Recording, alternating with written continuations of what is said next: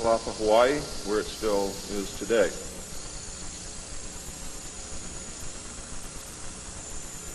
Some of the information is based upon research derived from the information that I saw. For instance, in the documents that I saw, it was stated that President Eisenhower had commissioned a group called the Jason Scholars, which was stated to have been a secret society of scholars, to research the deception, lies, facts, truth, and get at the root and the real truth of the alien question. It also stated that there was a group of 12 men formed by NSC Memo 5410, and that the study group was formed by NSC Memo 5411, and that there was another NSC memo issued to cover the actions of these men and explain the reasons why such prominent men were meeting on a regular basis, and that NSC memo was 5412/1 and 5412/2. 5412/1 was implemented in March of 1955, 5412/2 in November of 1955. Anyone who knows how correspondence, executive orders, and executive memos are written knows that you do not write a memo 5412 in March and then in November tack a second part onto it. The memo was originally really written in 1954. I'm going to go through the whole history. I'm going to have to leave a few things out simply because it's going to be impossible to cover everything in the hour and a half that I have. Before I begin, I would like to read two quotes to you. The first is attributed to Mr. Alistair Cook, who said, quote, "I'll be astounded if this planet is still going 50 years from now. I don't think we will reach 2000. It would be miraculous," unquote. Winston Churchill said, and I quote, "We seem to be moving, drifting, steadily against our will, against the will of every race and every people and every class, towards some hideous catastrophe. Everyone wishes to stop it, but they do not know how." What do you think he was referring to? Ronald Reagan stated on October 18, 1983, in a meeting with Thomas Dine, who is the executive director of the American Israel Public Affairs Committee. And I quote Ronald Reagan, "You know, I turn back to your ancient prophets in the Old Testament and the signs foretelling Armageddon, and I find myself wondering if we're the generation that is going to see that come about. I don't know if you've noted any of those prophecies lately, but believe me, they certainly describe the times we're going through." Now, ladies and gentlemen, during this talk that I'm going to give you, I'm going to explain to you the history of this phenomenon, who the secret government really is, and I will name them by name, beginning group, the study group. I will tell you who they are today. I'm going to tell you what this is all about. I'm going to tell you who's selling drugs to your children, and I'm going to tell you why the United States government is afraid for you to find out what the truth is regarding UFOs.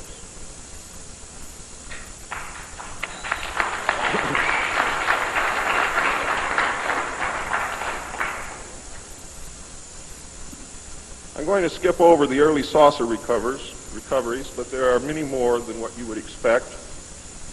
The early saucers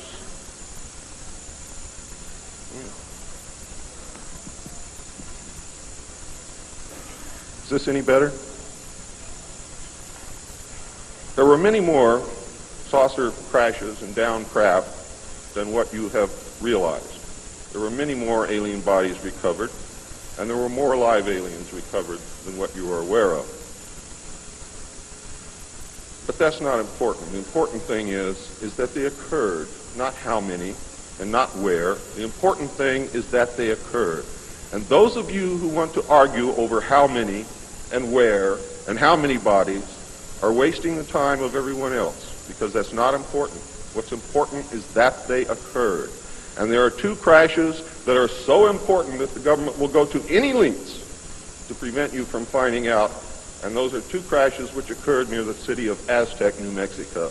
Why? Because both of those crashed craft contained human body parts. And they are deathly afraid of a national panic.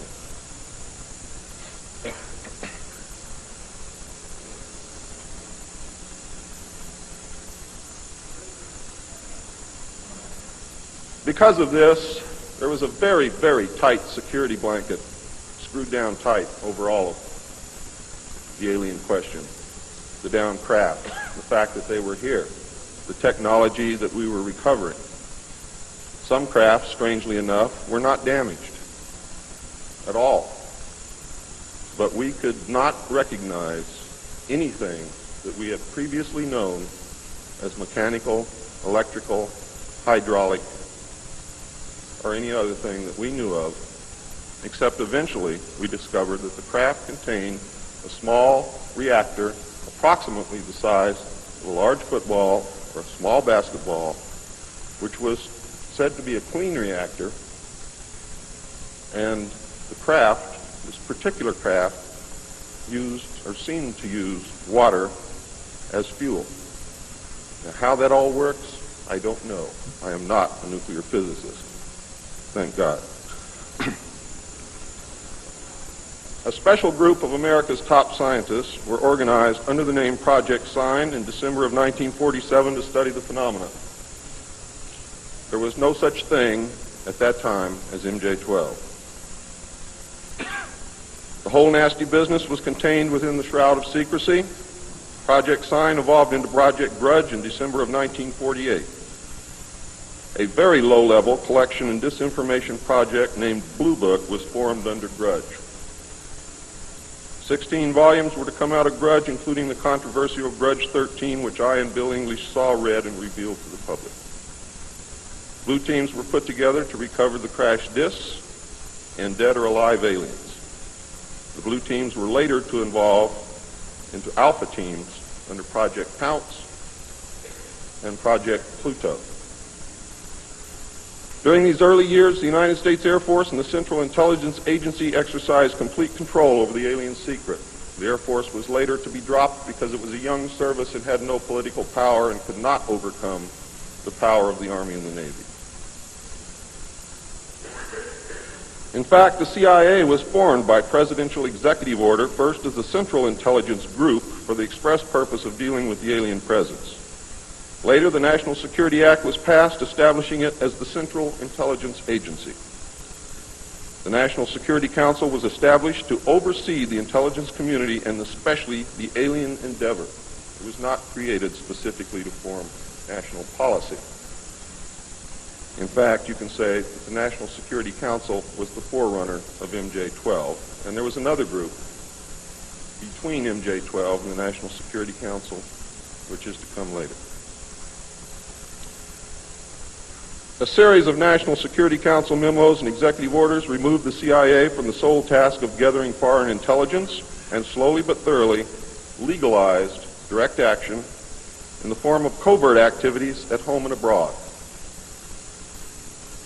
On December 9, 1947, Truman approved issuance of NSC-4, entitled Coordination of Foreign Intelligence Information Measures, at the urging of Secretaries Marshall, Forrestal, Patterson, and the Director of the State Department's Policy Planning Staff, Kennan, who, by the way, were all members of the Council on Foreign Relations. The Foreign and Military Intelligence Book 1, final report of the Select Committee to study governmental operations with respect to intelligence activities, United States Senate, 94th Congress, second session, report number 94-755, April 26, 1976, page 49 states, this directive empowered the Secretary of State to coordinate overseas information activities designed to counter communism. A top-secret annex to NSC-4, which was NSC-4 Alpha, or 4A, for those of you who are confused by military terms, instructed the Director of Central Intelligence to undertake covert psychological activities in pursuit of the aims set forth in NSC-4 and secretly was to run a psychological operation against the American public to hide the presence of UFOs and aliens. The initial authority given the CIA for covert operations under NSC 4A did not establish formal procedures for either coordinating or approving these operations. How many of you understand what I just said to you? Not too many. Let me explain it. What this means, the initial authority given the CIA for covert operations under NSC 4 Alpha did not establish formal procedures for either coordinating or approving these operations. That means they had to answer to no one. It means go do what you got to do. Don't bring any dirt back here because we don't want to see it. Just get the job done. Don't ask anybody. Don't report to anybody. That's exactly what it means. It simply directed the DCI, which is the Director of Central Intelligence, to undertake covert actions and to ensure, through liaison with state and defense, that the resulting operations were consistent with American policy. The only guideline was that it was consistent with American policy. Later, NSC 10-1 and NSC 10-2 were to supersede NSC 4 and NSC 4A, and NSC 10/1 was to establish the Office of Policy Coordination, or the OPC, was chartered to carry out an expanded program of covert activities. It was directly responsible for the alien task projects, and it was the direct forerunner of MJ-12. NSC 10-1 and 10-2 validated illegal and extra-legal practices and procedures as being agreeable to the national security leadership. The reaction, of course, was very swift. In the eyes of the intelligence community, no holes were barred. Under NSC 10-1, an executive coordination group was established to review but not approve covert project proposals. Why? Because if you've ever read or known anything about President Truman, he was a mean little guy, and he didn't believe in trusting everybody else to do the right thing, and he kept the power solidly in his hands. He did not give it to anyone.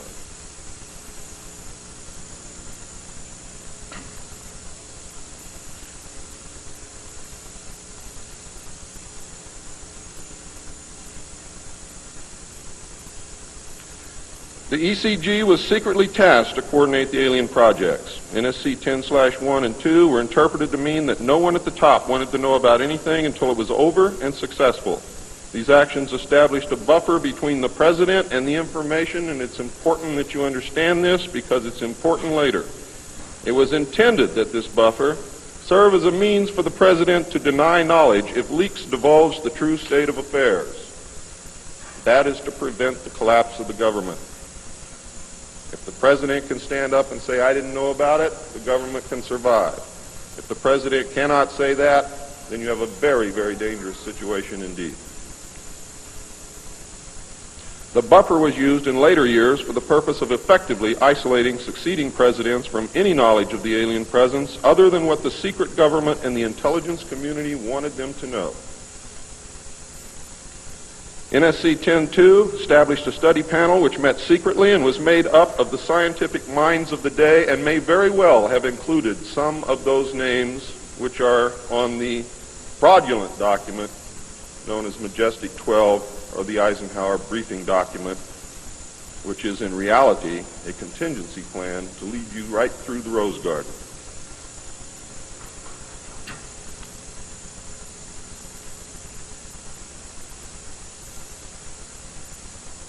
The study panel was not called MJ-12. In fact, the study panel was never called MJ-12.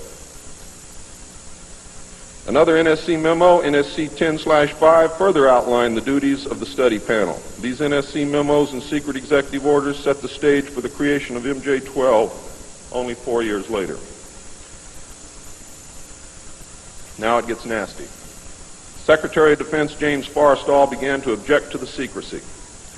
He was a very idealistic and religious man who believed that the public should be told. When he began to talk to leaders of the opposition party and leaders of the Congress about the alien problem, he was asked, which is a polite way of saying you're fired, to resign by Truman. He expressed his fears to many people and rightfully believed that he was being watched and that his life was threatened.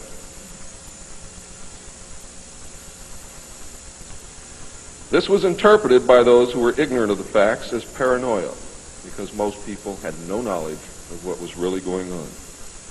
Forrestal later was said to have suffered a mental breakdown and was admitted, they say, actually, he was committed to Bethesda Naval Hospital against his will. In fact, it was feared that Forrestal would begin to talk again and he had to be isolated, discredited, and shut up. Sometime in the early morning of May 22nd, 1949, agents of the CIA tied a sheet around his neck, fastened the other end to a fixture in his room, and threw James Forrestal out the window. The sheet tore, and he plummeted to his death, and he became one of the first victims of the cover-up. The live alien that had been taken from the 1949 Roswell crash was called EB. It was short for extraterrestrial biological entity, and all aliens are not called EB. EB had a tendency to lie, and for over a year would give only the desired answers to questions asked. Those questions which would have resulted in an undesirable answer went unanswered. At some point during the second year of captivity, he began to open up, and the information derived from EB was startling, to say the least. And this compilation of his revelations became the foundation of what would later be finished, called the Yellow Book. Photographs were taken of EB, which among others, I and Bill English were to view years later in Grudge 13. Why do they keep the aliens in a Faraday-shielded environment? Because they have a tendency to disappear right through walls. And if you can prevent the transmission of electromagnetic energy, you can stop them from doing it.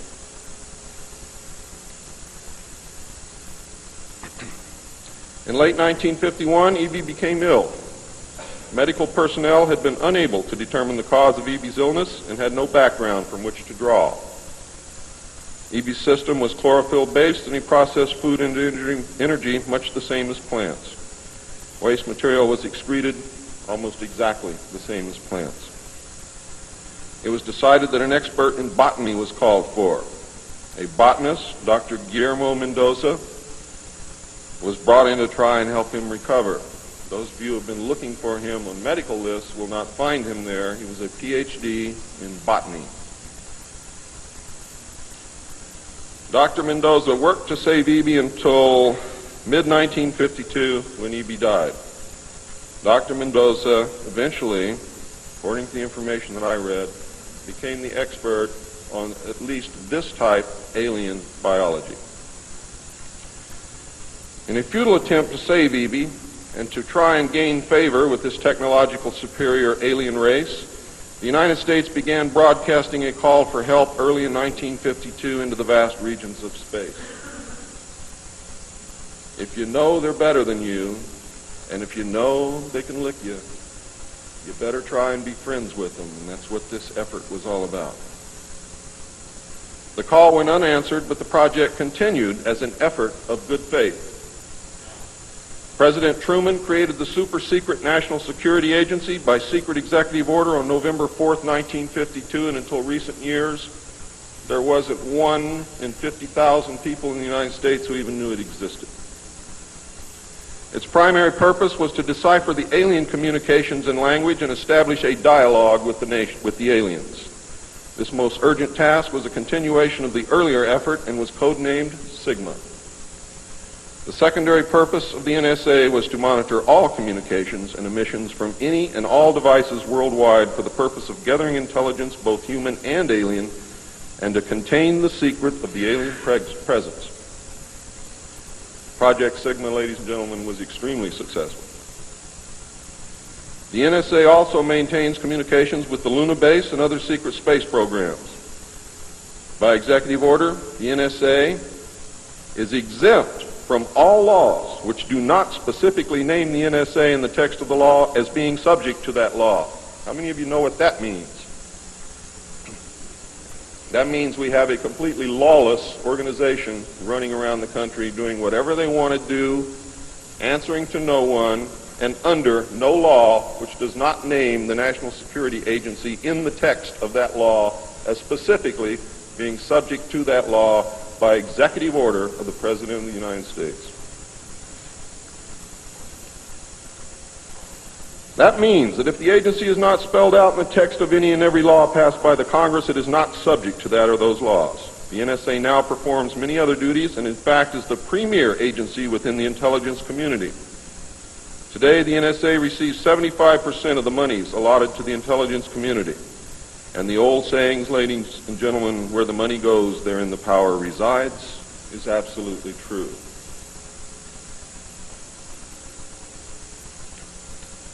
The DCI today is mainly a figurehead.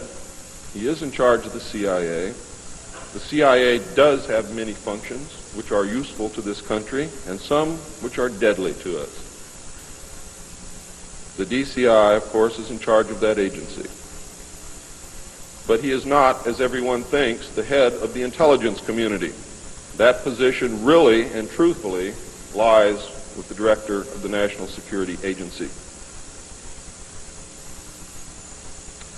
The primary task of the NSA is still alien communications, but now includes other alien projects as well.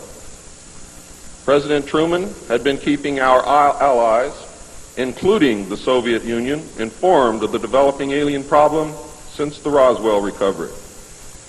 This had been done in case the aliens turned out to be a threat to the human race and thus the world. Plans were formulated to defend the Earth in case of invasion. These were international plans, which included most of the countries of the world. Great difficulty, however, was encountered in maintaining international secrecy. It was decided that an outside group was necessary to coordinate and control international efforts in order to hide the secret from the normal scrutiny of governments by the press. The result was the formation of a secret society which became known as the Bilderbergers. The headquarters of this group is in Geneva, Switzerland. The Bilderbergers evolved into a secret world government that now controls everything. The United Nations was then, and is now, an international joke.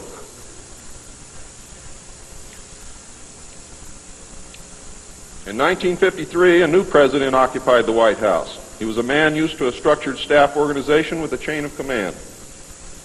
His method was to delegate authority and rule by committee. He made major decisions, but only when his advisors were unable to come to consensus, and when he was in the Army, he was known as the diplomat. He was very good at what he did. He was very good at bringing people together, reaching consensus, and getting people to work for him. His normal method was to read through or listen to several alternatives and then approve one. Those who worked closely with him have stated that his favorite comment was, "Just do whatever it takes." Now here's a man very different from President Truman. He spent a lot of time on the golf course. This was not all unusual for a man who had been career Army with the ultimate position of Supreme Allied Commander during the war, a post which carried 5 stars along with it. In fact, he deserved it. This president was General of the Army Dwight David Eisenhower. During his first year in office, 1953, at least 10 more crash disks were recovered, along with 26 dead and 4 live aliens. One of the 4 live aliens died within hours of being removed from the craft. The others died approximately 3 or 4 days later. Of the 10, 4 were found in Arizona, 2 in Texas, 1 in New Mexico, 1 in Louisiana, 1 in Montana, and 1 in South Africa. There were hundreds of sightings. Why were so many craft crashing? Because the government was scared. And when they found out that the radar was downing the craft, they started aiming the radar at the craft with lock-on radar and pumped the juice through. And they brought as many down as they could.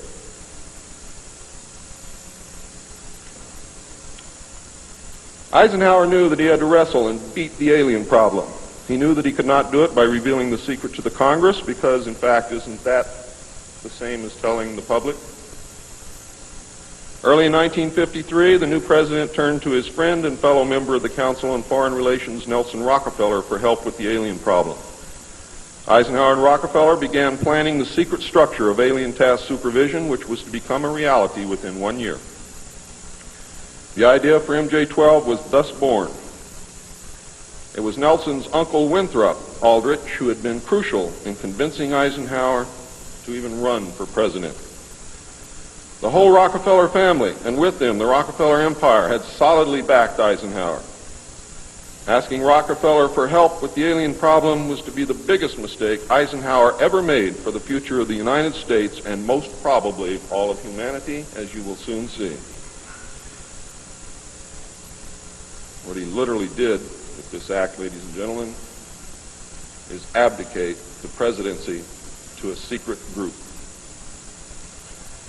Within 1 week of Eisenhower's election, he had appointed Nelson Rockefeller chairman of a presidential advisory committee on government organization. Rockefeller was responsible for planning the reorganization of the government. New Deal programs went into one single cabinet position called the Department of Health, Education, and Welfare. When the Congress approved the new cabinet position in April of 1953, Nelson was named to the post of Undersecretary to Ovida Culp Hobby.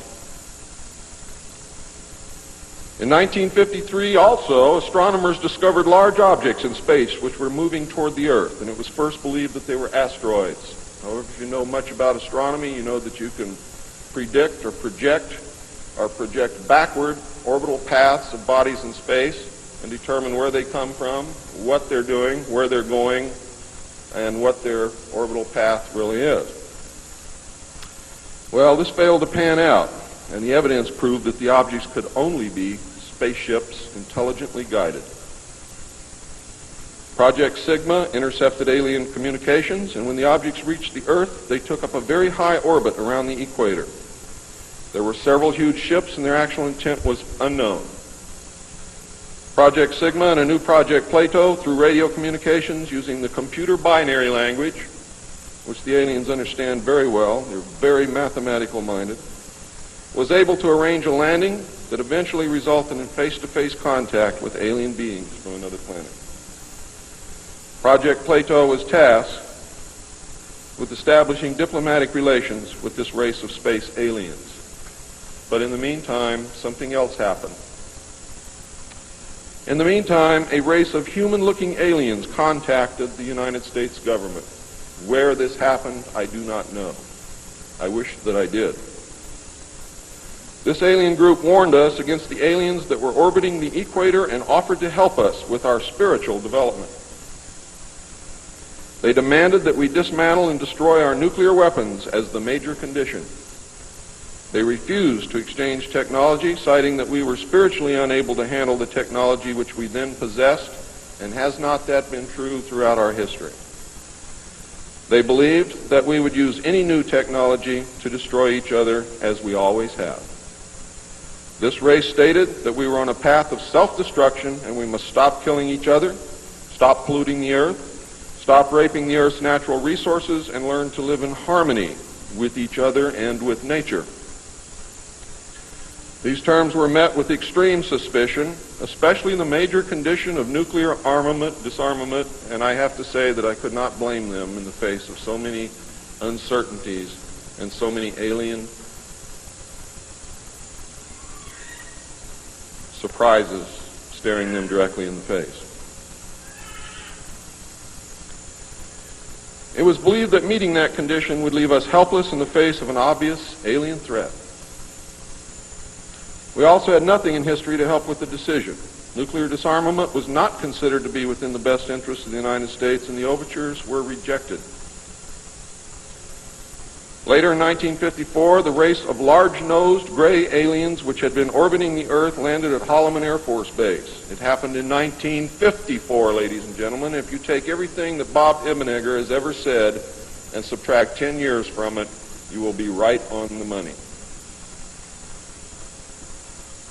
A basic agreement was reached. An alien named Krill was left as a pledge that they would return and formalize the agreement. In fact, he was a hostage. This race identified themselves as originating from a planet around a red star in the constellation of Orion, which we call Betelgeuse. I believe that that's a lie. They lie a lot, and they deceive a lot. And it is evident through every action that they've ever done with us. The truth is, ladies and gentlemen, these creatures might be from Mars, really. They claim that they are from a planet which revolves around the red star, which we call Betelgeuse. They stated that their planet was dying and that at some unknown future time they would no longer be able to survive there. This led to a second landing at Edwards Air Force Base. The historical event had been planned in advance and details of the treaty had already been agreed upon. Eisenhower arranged to be in Palm Springs on vacation. On the appointed day, the president was spirited away to the base, and the excuse was given to the press that he was visiting the dentist for a toothache. President Eisenhower met with the aliens, and a formal treaty between the alien nation and the United States of America was signed. We then received our first alien ambassador from outer space. His name and title, and I know it sounds ridiculous, but it's absolutely true. His name and title was His Omnipotent Highness Krill, pronounced Krill, spelled K-R-L-L-L or C-R-L-L-L. In the American tradition of disdain for royal titles, he was secretly called Original Hostage Krill, or O-H Krill, so that Americans would not have to say, Your Omnipotent Highness.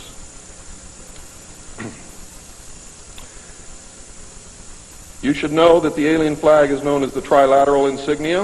It looks like a TP with two circles on either side of the V and one pole running straight down the middle. It is displayed on their craft and worn on their chest on their uniforms. Both of these landings in the second meeting were filmed, and the film exists today. Where it exists, I do not know, but I do know that it exists. The treaty stated, the aliens would not interfere in our affairs, and we would not interfere in theirs. We were particularly interested that they do not interfere with anything that would affect our future, which has been violated. We would keep their presence on Earth a secret. They would furnish us with advanced technology and would help us in our technological development. They would not make any treaty with any other Earth nation. They could abduct humans on a limited and periodic basis for the purpose of medical examination and monitoring of our development, with the stipulation that the humans would not be harmed, would be returned to their point of abduction, that the humans would have no memory of the event, and that the alien nation would furnish MJ-12 with a list of all human contacts and abductees on a regularly scheduled basis. And this is not being done. It was agreed that each nation would receive the ambassador of the other for as long as the treaty remained in force. It was further agreed that the alien nation and the United States would exchange 16 personnel each to the other with the purpose of learning each of the other. The alien guests would remain on Earth, and the human guests would travel to the alien point of origin for a specified period of time, then return, at which point a reverse exchange would be made. I have no knowledge whatsoever of what happened to those original 16 humans who left the Earth with the aliens. It was also agreed that bases would be constructed underground for the use of the alien nation, and that 2 bases would be constructed for the joint use of the alien nation and the United States government. The base at Dulce is one. The base at S4 in the area known as Area 51 or Dreamland is the second. Exchange of technology would take place in the jointly occupied bases. These alien bases would be constructed under Indian reservations in the 4 corners of Utah, Colorado, New Mexico, and Arizona, and one would be constructed in Nevada in the area known as S4, located approximately 7 miles south of the western border of Area 51, otherwise known as Dreamland. All alien areas are under complete control of the Naval Department, and all personnel who work in these complexes receive their checks from the Navy. Construction of the bases began immediately, but progress was slow until large amounts of money were made available in 1957, and in the meantime work continued on the Yellow Book with the information derived from the guests.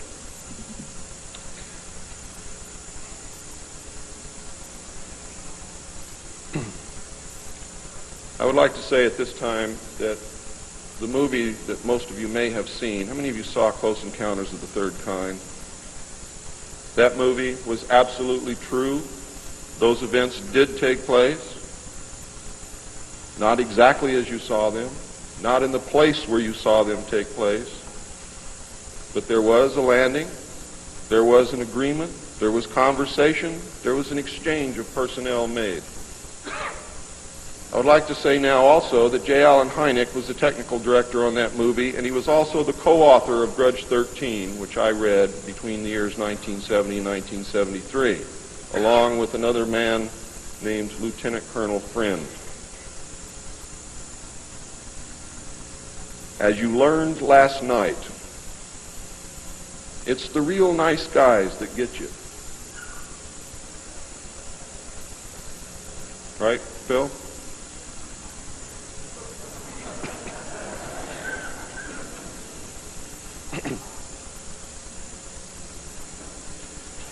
Project Red Light was formed, and experimentation and test flying alien craft was begun in earnest. As I told you earlier, many of the craft we recovered were intact, appeared to have no damage whatsoever. One craft actually exploded over the test site during testing sometime in the early 60s. I'm not sure what the exact date is, but the explosion is said to have been seen over 3 states. Project Red Light, according to the information that I have, was postponed at that time because they had no idea what had happened or why the craft had exploded, but they lost the pilots, and the project went on hold.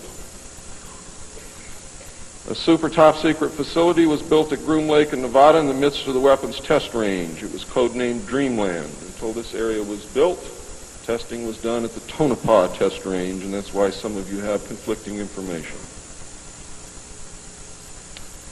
The installation was placed under the Department of the Navy, and clearance of all personnel required a Q clearance as well as executive, which means presidential or majestic approval.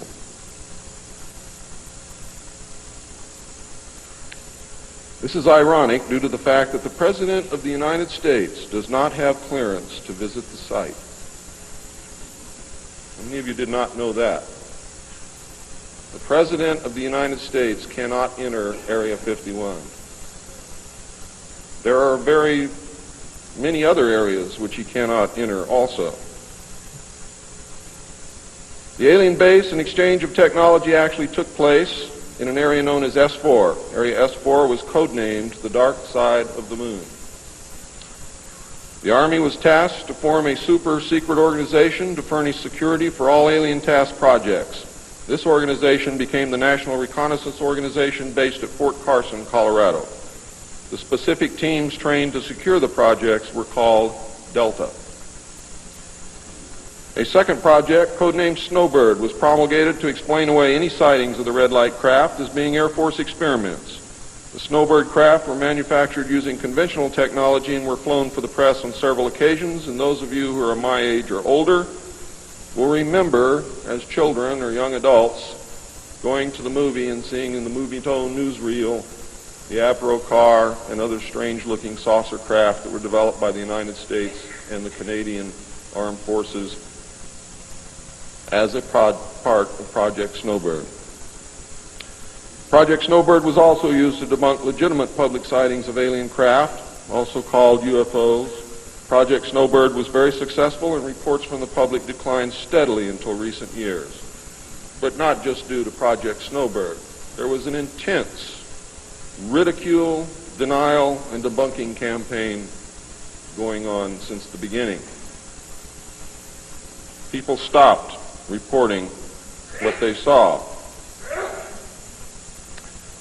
A multi-million-dollar secret fund was organized and kept by the military office of the White House. This fund was used to build over 75 deep underground facilities. Presidents who asked were told the fund was used to build deep underground shelters for the president in case of war. Only a few were built for the president. Millions of dollars were funneled through this office to MJ-12 and then out to the contractors, and was used to build top-secret alien bases as well as top-secret dumb or deep underground military bases. I think dumb is very appropriate. And the facilities promulgated by Alternative 2 throughout the nation. President Johnson used this fund to build a movie theater and pave the road on his ranch, and I believe he also used it to fix his shower. He had no idea of its true purpose, but he felt that because it was military money, it was his money. The secret White House underground construction fund was set up in 1957 by President Eisenhower. And you can forget Truman because Eisenhower has done everything that's been done to us, not intentionally, not to hurt us, in the beginning to protect us. The funding was obtained from Congress under the guise of construction and maintenance of secret sites where the president could be taken in case of military attacks, called presidential emergency sites.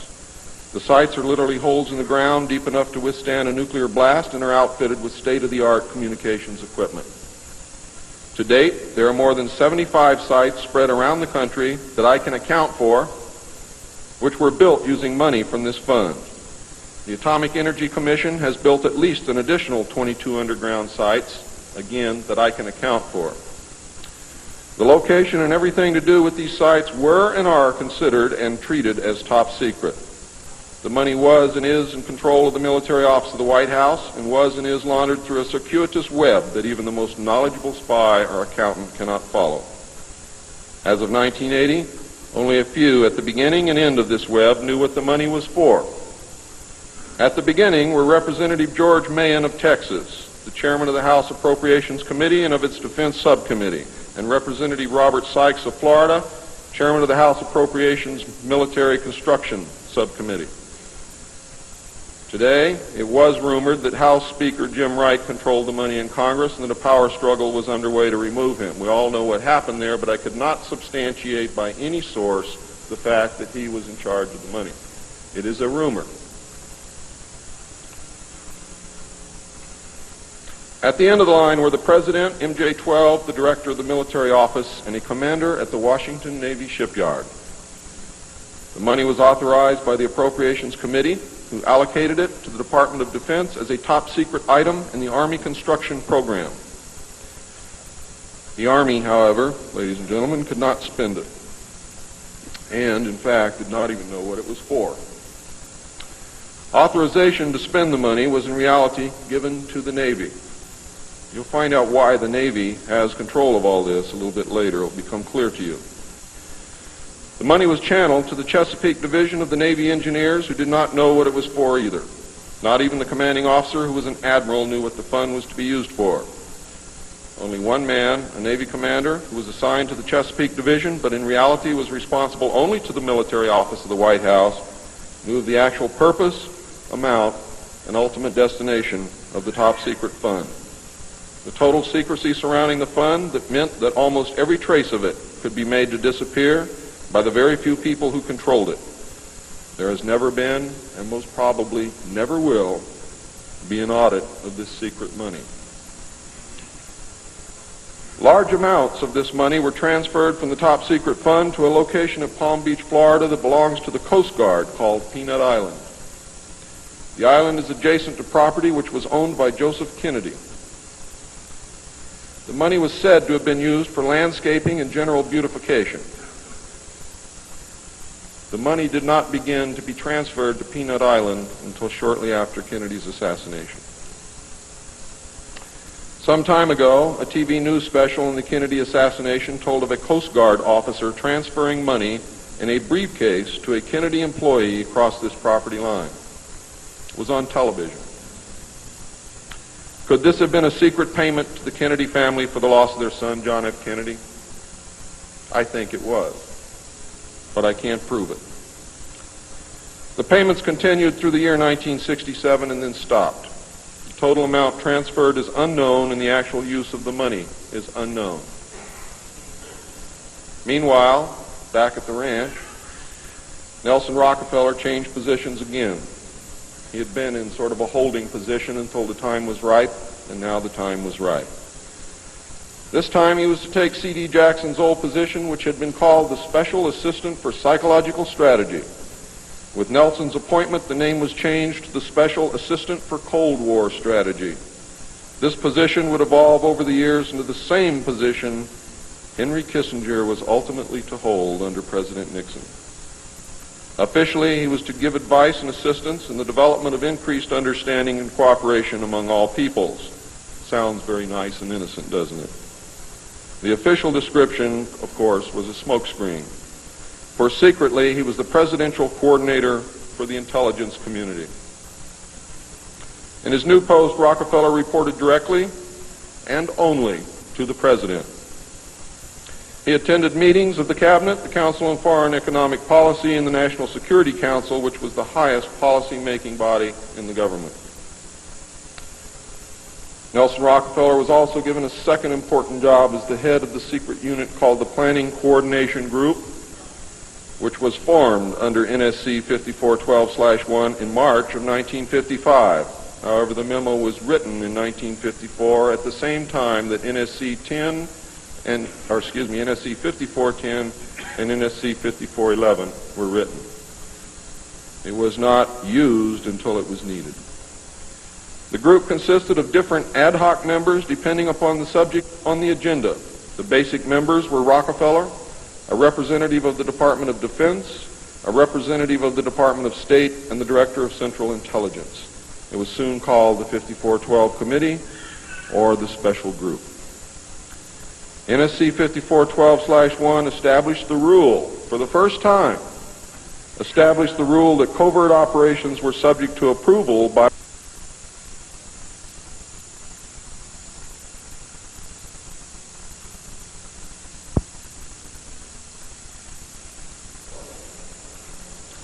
By secret executive memorandum, NSC 5410, Eisenhower had preceded NSC 5412/1 in 1954 to establish a permanent committee, not ad hoc, to be known as Majority 12, MJ12, to oversee and conduct all covert activities concerned with the alien question.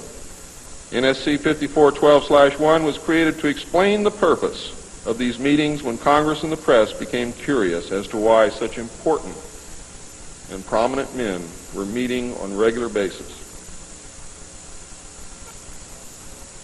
Majority 12 was made up of Nelson Rockefeller, the Director of Central Intelligence, Allen Welsh Dulles, the Secretary of State, John Foster Dulles, the Secretary of Defense, Charles E. Wilson, the Chairman of the Joint Chiefs of Staff, Admiral Arthur W. Radford, and that's why the Navy got everything, because the first Chairman of the Joint Chiefs of Staff who served on MJ-12 was Navy. If it had been an Army general, the Army would have had it. The Director of the Federal Bureau of Investigation, J. Edgar Hoover, and that should answer a lot of questions for you, and 6 men from the Executive Committee of the Council on Foreign Relations known as the Wise Men. These men were all members of a secret society of scholars that called themselves the Jason Society. See you smiling, Bill. Thought I didn't know it, didn't you? Fooled you. Are the Jason scholars who recruited their members from the Skull and Bones and the Scroll and Key societies of Harvard and Yale. And that was stated verbatim in Operation Majority. The Wise Men were key members of the Council on Foreign Relations. There were 12 members, including the first 6 from government positions, thus Majority 12. This group was made up over the years of the top officers and directors of the Council on Foreign Relations and later the Trilateral Commission. Gordon Dean, George Bush, and Zbigniew Brzezinski were among them. The most important, however, and influential of the Wise Men who served on MJ-12 were John McCloy, Robert Lovett, Averill Harriman, Charles Bolin, George Kennan, and Dean Acheson. Their policies were to last well into the decade of the 70s, and it is significant that President Eisenhower, as well as the first 6 MJ-12 members from the government, were also members of the Council on Foreign Relations. Thorough researchers will soon discover that not all of the Wise Men attended Harvard or Yale, and not all of them were chosen for Skull and Bones or Scroll and Key membership during their college years. You will be able to quickly clear up this mystery by obtaining the book The Wise Men by Walter Isaacson and Evan Thomas, Simon & Schuster, New York. And under illustration number 9 in the center of the book, you will find the caption, "Lovett with the Yale unit, above far right and on the beach. His initiation into Skull and Bones came at an airbase near Dunkirk." I have found that members were chosen on an ongoing basis by invitation based upon merit, post-college, and was not confined to only Harvard or Yale attendees.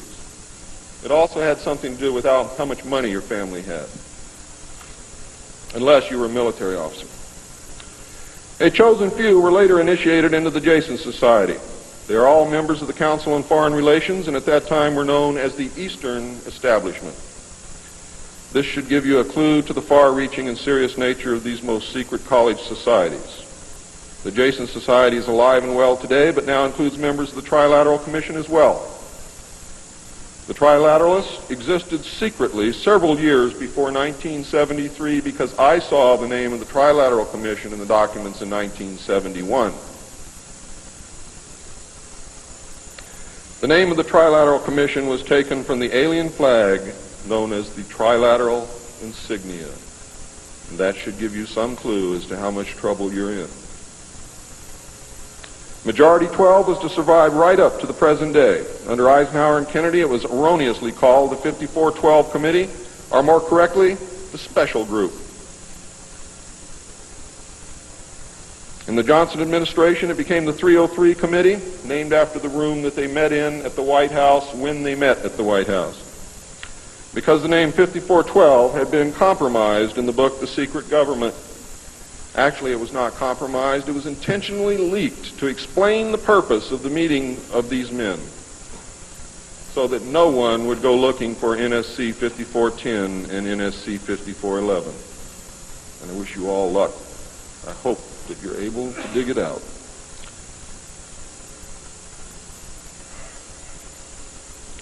Actually, NSC 5412/1 was leaked to the author to hide the existence of NSC 5410. Under Nixon, Ford, and Carter, it was called the 40 Committee, and under Reagan, it became the PI 40 Committee. But over all those years, only the name changed. The positions remained the same. By 1955, it became obvious that the aliens had deceived Eisenhower and had broken the treaty. Mutilated humans, yes, mutilated humans, were being found along with mutilated animals, and yes, mutilated animals, and those of you who doubt that this is taking place should leave your job, should leave your home, should do whatever you have to do, and go look for yourself, because it's important that you know it and that you believe it.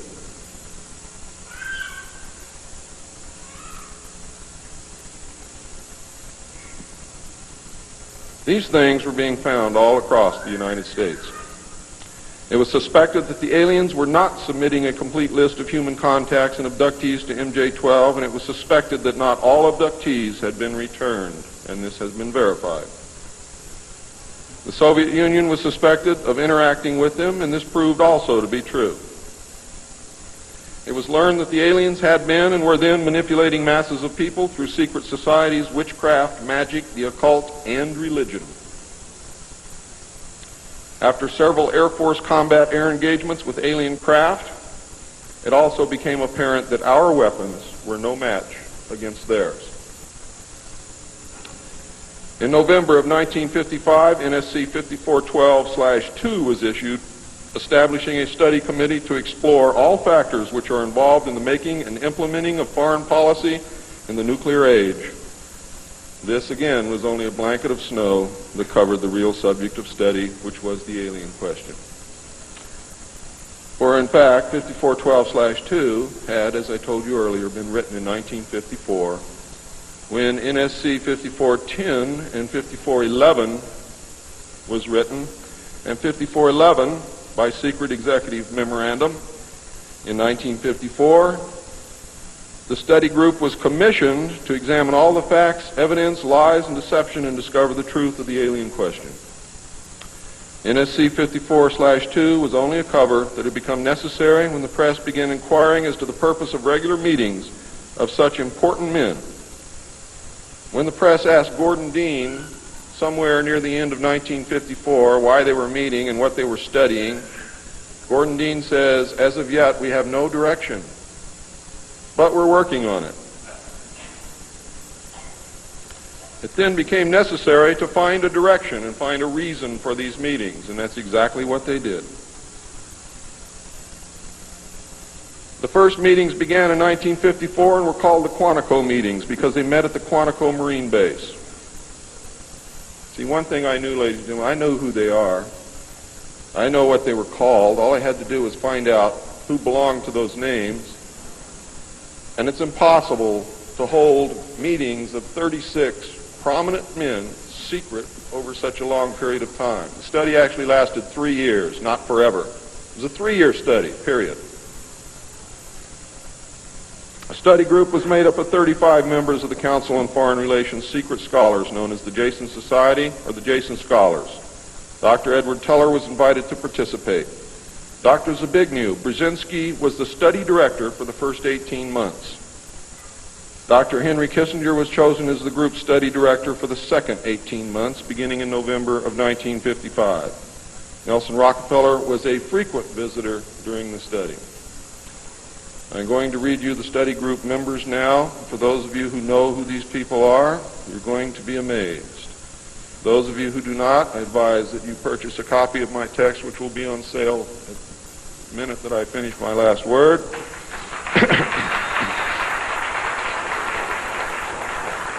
And research everything that I'm telling you, and your own research will tell you that I am telling you the truth, and I don't have to do that. You see, I'm a witness. I'm not a ufologist, and I'm not by profession a researcher. I'm doing this because I want the Constitution put back where it belongs.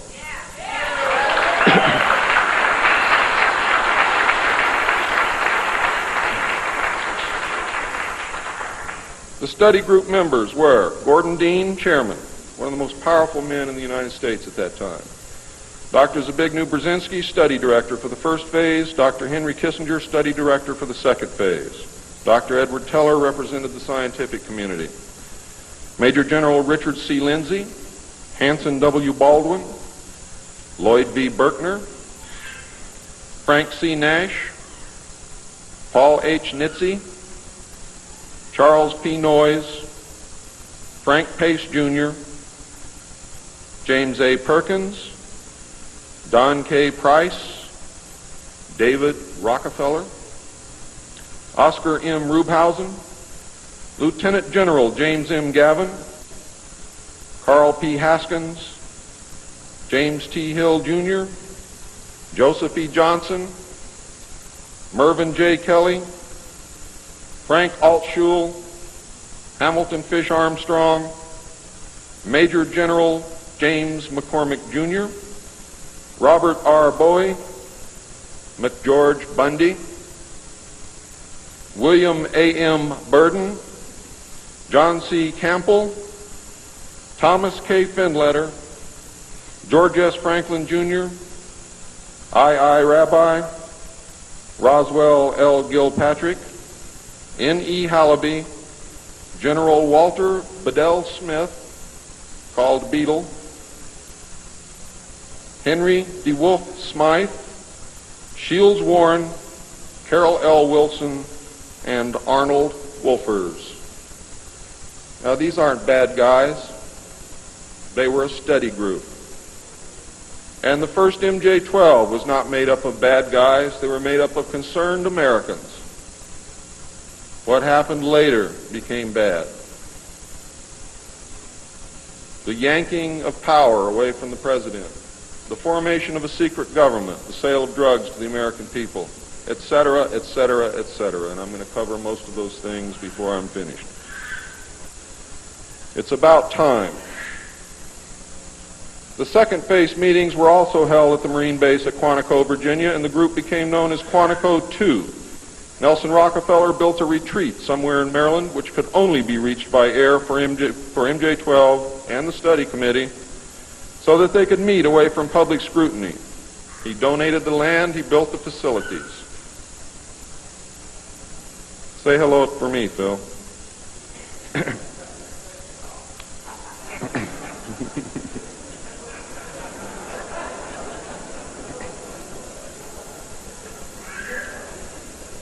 So that they could meet away from public scrutiny. The secret meeting place is known by the code name, the Country Club. Complete living, eating, recreation, library, and meeting facilities exist at the location. The study group was publicly closed in the later months of 1956, and Henry Kissinger published what was officially termed the results in 1957 as Nuclear Weapons and Foreign Policy by Henry A. Kissinger, published for the Council on Foreign Relations by Harper and Brothers, New York. In truth, the manuscript had already been 80% written while Kissinger was at Harvard. The study group continued veiled in secrecy. A clue to the seriousness Kissinger attached to the study can be found in statements by his wife and friends. Many of them stated that Henry would leave home early each morning and return late each night without speaking to anyone or responding to anyone. It seemed, in fact, as if he were in another world which held no room for anyone else. Now, when they say that he would not speak to anyone or respond to anyone, they meant it literally. I find these statements very revealing. The revelations of the alien presence and actions during the study must have been a great shock. I know I would have been shocked. Henry Kissinger was definitely out of character during the time surrounding these meetings, as he is normally described as being a gentleman, very charming, and most people who meet him like him very much. Henry Kissinger would never again be affected in this manner, no matter the seriousness of any subsequent event. On many occasions, he would work very late into the night after having already put in a full day. Coupled with his not speaking, this behavior eventually led to his divorce. A major finding of the alien study was that the public could not be told, as it was believed that this would most certainly lead to economic collapse of the religious structure, and national panic, which would lead into anarchy.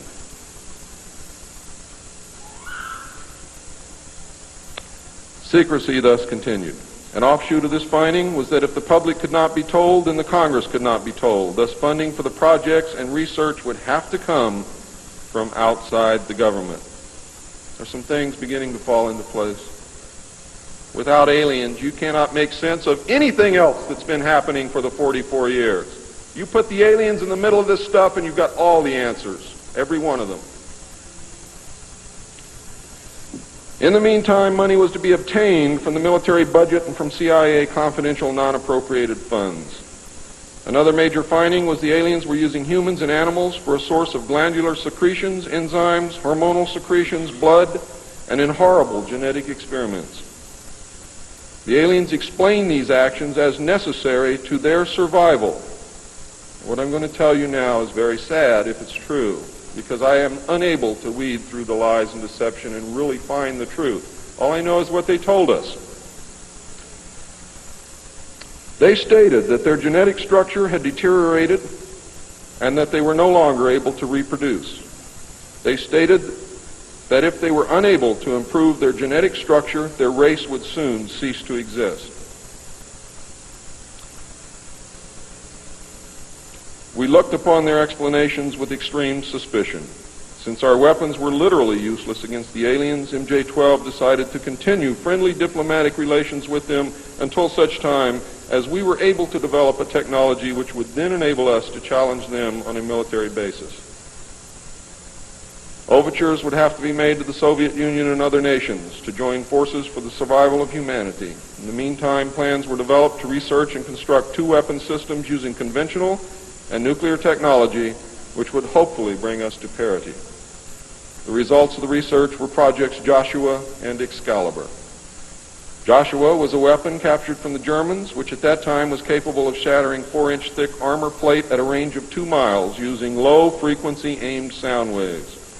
And it was believed that this weapon would be effective against the alien craft and beam weapons.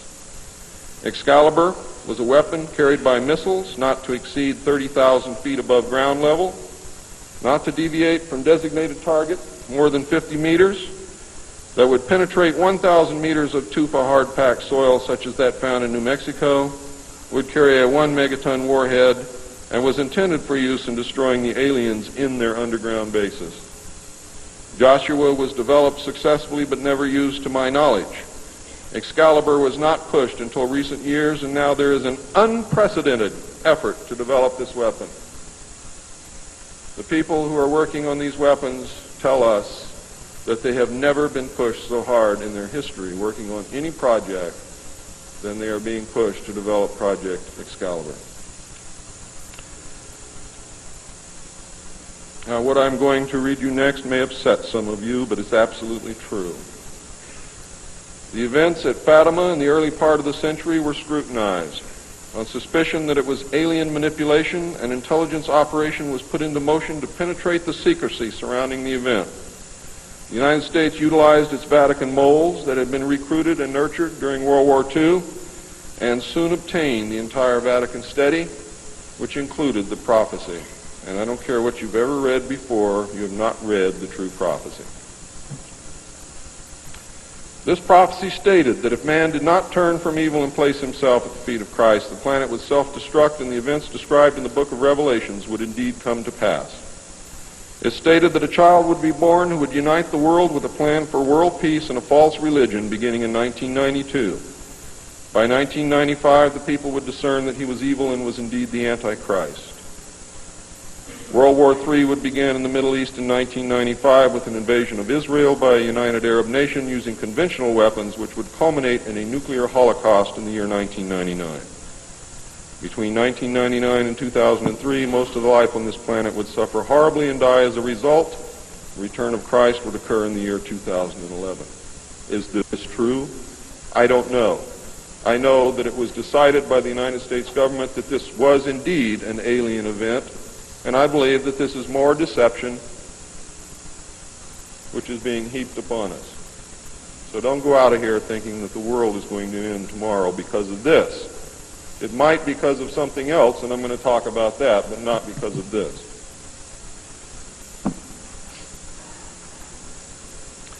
When the aliens were confronted with this finding, they confirmed that it was true. The aliens explained that they had created us through hybridization and had manipulated the human race through religion, Satanism, witchcraft, magic, the occult, secret societies, etc. They further explained that they were capable of time travel and the events would indeed come to pass.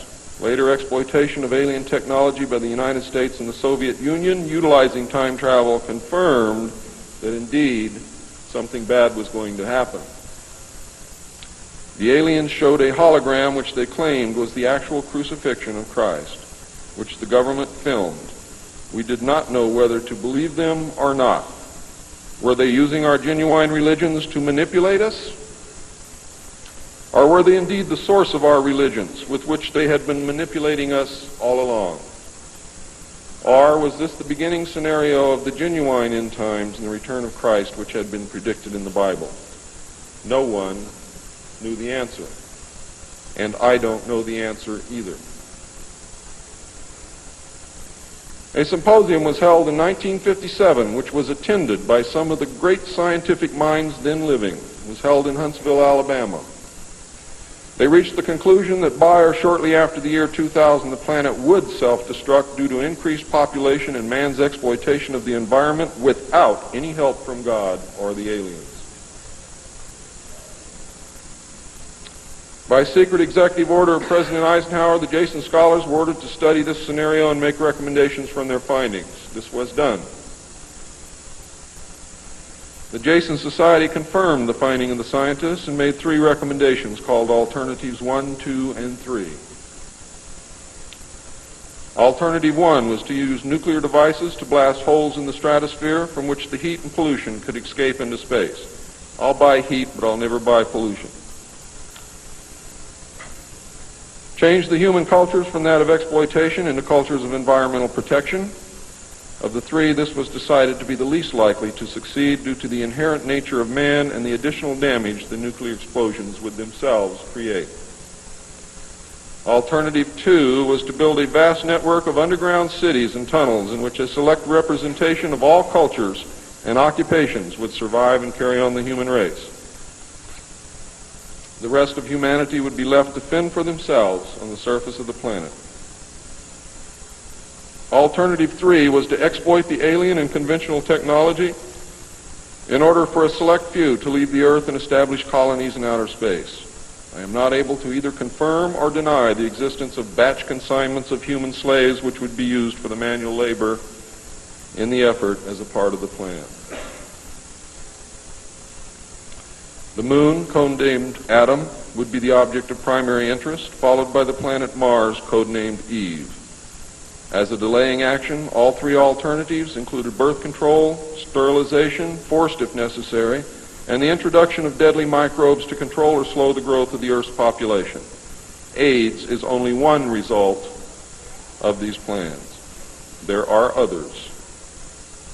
It was decided, since the population must be reduced and controlled, that it would be in the best interest of the human race to rid ourselves of the undesirable elements of our society. The joint U.S. and Soviet leadership dismissed Alternative 1 but ordered work to begin on Alternative 2 and 3 virtually at the same time. Those of you in the state of Washington who report hearing machinery underground are probably correct.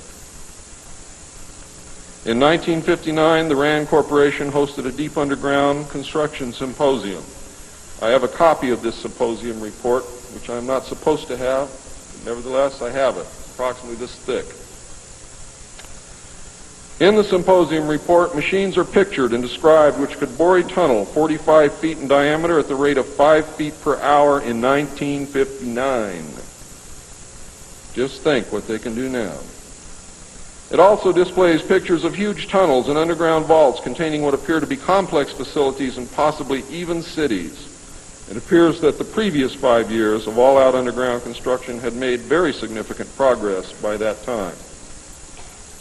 The ruling powers decided that one means of funding the alien-connected and other black projects was to corner the illegal drug market.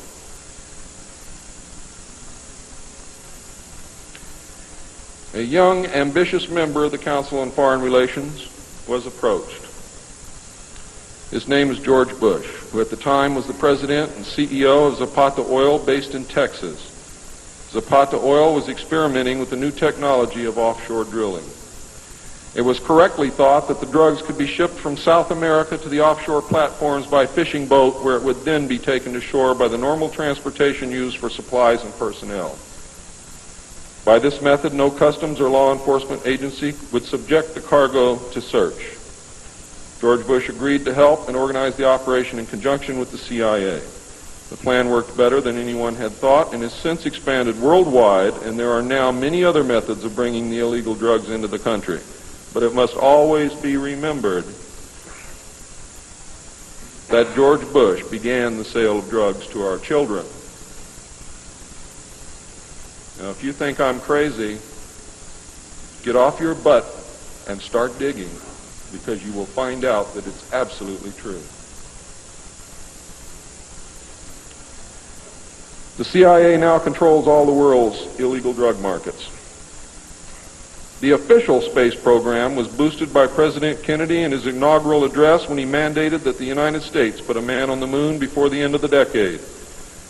Although innocent in its conception, this mandate enabled those in charge to funnel vast amounts of money into black projects and conceal the real space program from the American people.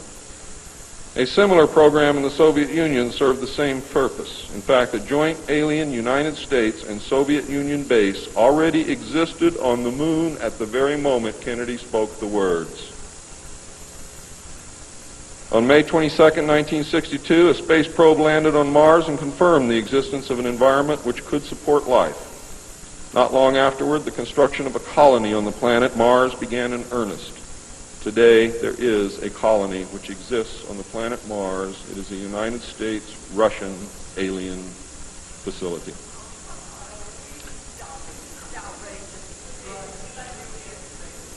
If you believe it's outrageous, stick around a few years.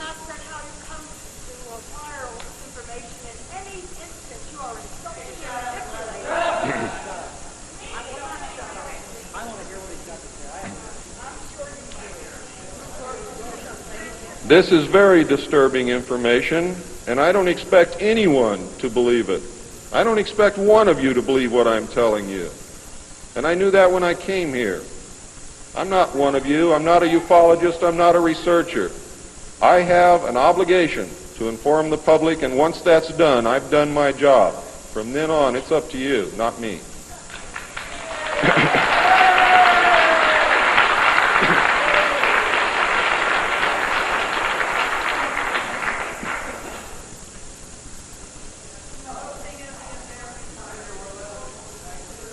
This colony exists on Mars, populated by specially select people from different cultures and occupations taken from all over the earth.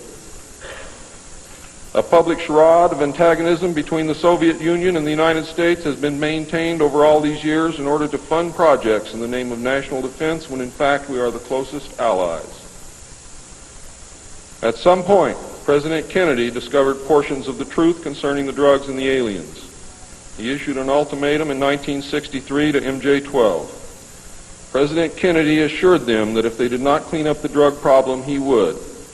He informed MJ-12 that he intended to reveal the presence of aliens to the American people within the following year and ordered a plan developed to implement his decision. President Kennedy was not a member of the Council on Foreign Relations and knew nothing of Alternative 2 or Alternative 3 that I can find out. Internationally, the operations were supervised by an executive committee known as the Policy Committee. In the United States, they were supervised by MJ-12 and in the Soviet Union by its sister organization. President Kennedy's decision, of course, struck fear into these people.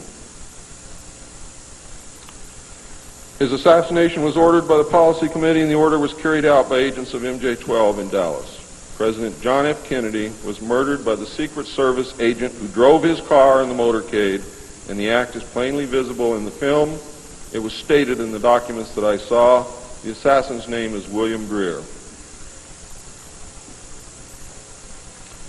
Watch the driver and not Kennedy when you view the film, when you can find a film that even shows it. All of the witnesses who were close enough to the car to see William Greer shoot Kennedy were themselves all murdered within 2 years of the event. That's fact.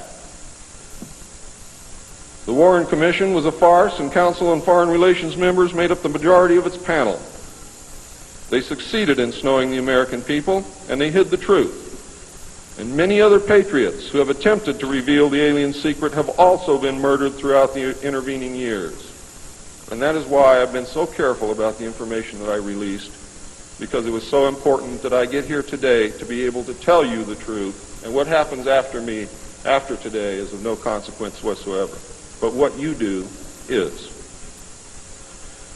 During the era of the United States' initial space exploration and the moon landings, every launch was accompanied by alien craft. A moon base dubbed Luna was sighted and filmed by the Apollo astronauts. Domes, spires, tall round structures which look like silos, huge T-shaped mining vehicles which left stitch-like tracks in the lunar surface, and extremely large as well as small alien craft appear in the photographs. It is, in fact, a joint United States-Russian and alien base. The space program is a farce and an unbelievable waste of money.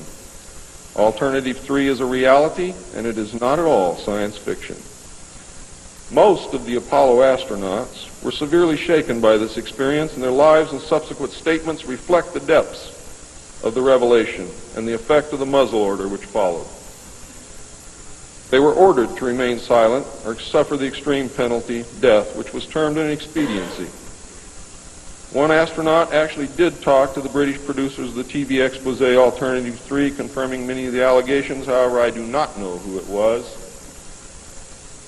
In the book, Alternative 3, the pseudonym Bob Groden was used in place of the astronaut's identity. It was also stated that he committed suicide in 1978. This cannot be validated by any source, and I believe that several so-called facts in the book are really disinformation. However, I can assure you that Alternative 3 is real.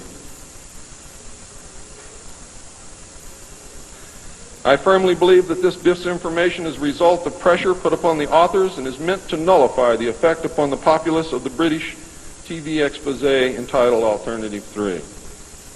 The headquarters of the international conspiracy is in Geneva, Switzerland. The ruling body is made up of representatives of the governments involved as well as the executive members of the group known as the Bilderbergers. Meetings are held by the Policy Committee when necessary on a nuclear submarine beneath the polar ice cap. The secrecy is such that this was the only method which could ensure that the meetings could not be bugged, and is the only place where they discuss their most secret matters. I can say that the book is at least 70% true from my own knowledge and the knowledge of my sources. I believe that the disinformation was an attempt to compromise the British TV expose with information which could be proven false, just as the Eisenhower briefing document was released here in the United States under the contingency plan Majestic 12, and which can also be proven false. Since our interaction with the aliens began, we have come into possession of technology beyond our wildest dreams. A craft named Aurora exists at Area 51, which makes regular trips into space. It is a one-stage ship called a TAV, or Trans-Atmospheric Vehicle. And it can take off from the ground using a 7-mile runway, go into high orbit, return on its own power, and land on the same runway. We currently have and fly atomic-powered alien craft at Area S4 in Nevada. Our pilots have made interplanetary voyages in these craft and have been to the Moon, Mars, and other planets aboard these craft. There is a group of pilots at the base who wear a patch, which has a little alien peeking over the bottom. It has, I think, 3 or 4 letters at the top, and I forget what they are, but John Lear knows what they are.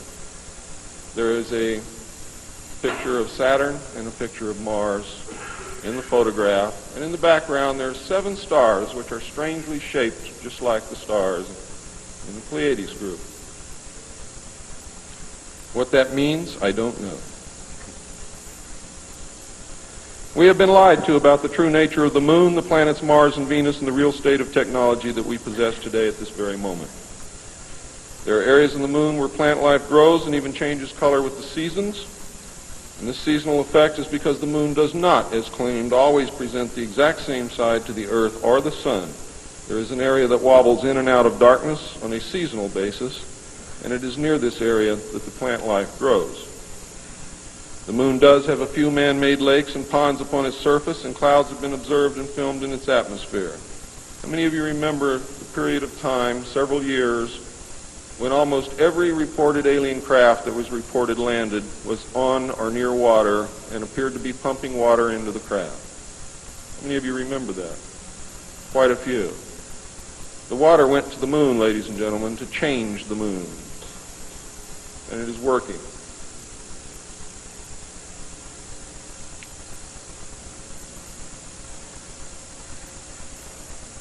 It possesses a gravitational field, and man can walk upon its surface without a spacesuit, breathing from an oxygen bottle after undergoing decompression the same as any deep-sea diver. Ladies and gentlemen, if you can come from 1,200 feet underwater to the surface through decompression, you can go from the surface to 1 atmosphere of vacuum. See, vacuum does not cause a problem for the human body. It's the inert gas that's dissolved in your tissues and in your bones and in the fluids in your body that causes you the problem. If this is decompressed properly, you will have no problem.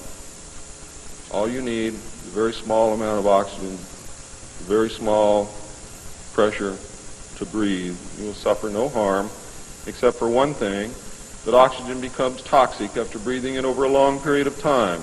Therefore, excursions would have to be of a minimal time length. Other than that, there is no reason why you or anyone else cannot walk on the surface of the Moon or in space in a vacuum without a spacesuit. How do I know? I used to be one of the world's experts on deep-sea mixed gas breathing mixtures for divers and on deep saturation diving. When I was the head of the department of the Mixed Gas Deep Saturation Diving Division of the College of Oceaneering. And I can tell you now, it's much easier to decompress to a vacuum and walk on the surface of the Moon than it is to bring a man up from 600 feet.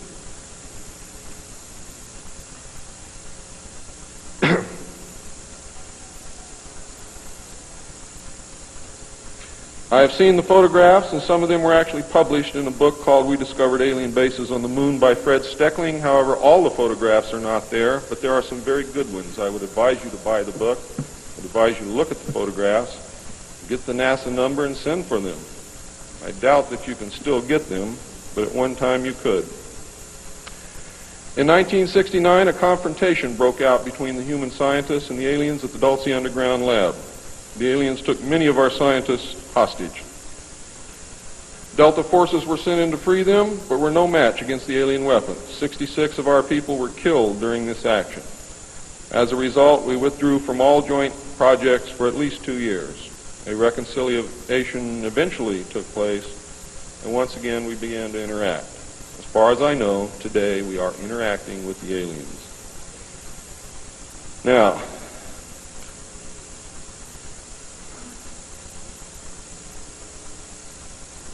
I'm gone past my limit. I'm not going to infringe upon the other speakers. The text of my speech will be on sale outside. I only have one message to give you. I don't care what you think of me. I don't care what you call me. I do care what you do with this information because it is important to our survival as a species. It's important to our planet. It is important for the world. What happens to me is of no consequence, and I knew that when I started this. And over the last 17 years, I knew that someday I was going to have to get up and say this, whether I wanted to or not, whether I was afraid or not. Now I am here, and now it is done. And I feel an overwhelming relief. You now have the information. You can laugh at it. You can throw it in the trash can. You can burn my house down if you want to. But I am telling you right now, your future, your children's future, your grandchildren's future depends upon what you do with this information. Your own government is selling your children drugs, and you don't seem to care. Your own government has given away the power of the people, and you don't seem to care. There is an apathy that is running rampant in this country that is deadly, whether or not there are aliens.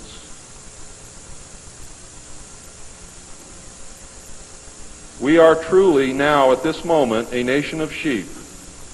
And ladies and gentlemen, I assure you that sheep are always led to the slaughter. But it does not have to be that way. There is tremendous power in knowledge. There is also tremendous power in secrecy. Take away that secrecy, you make sure that you're informed, and you can change things and stop fighting with each other. Thank you.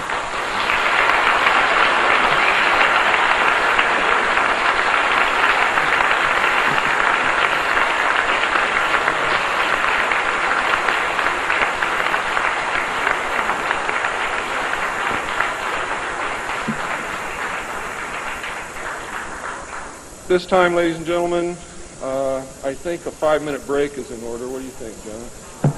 It's been a long time. Please keep it to 5 minutes because we really are very limited on time.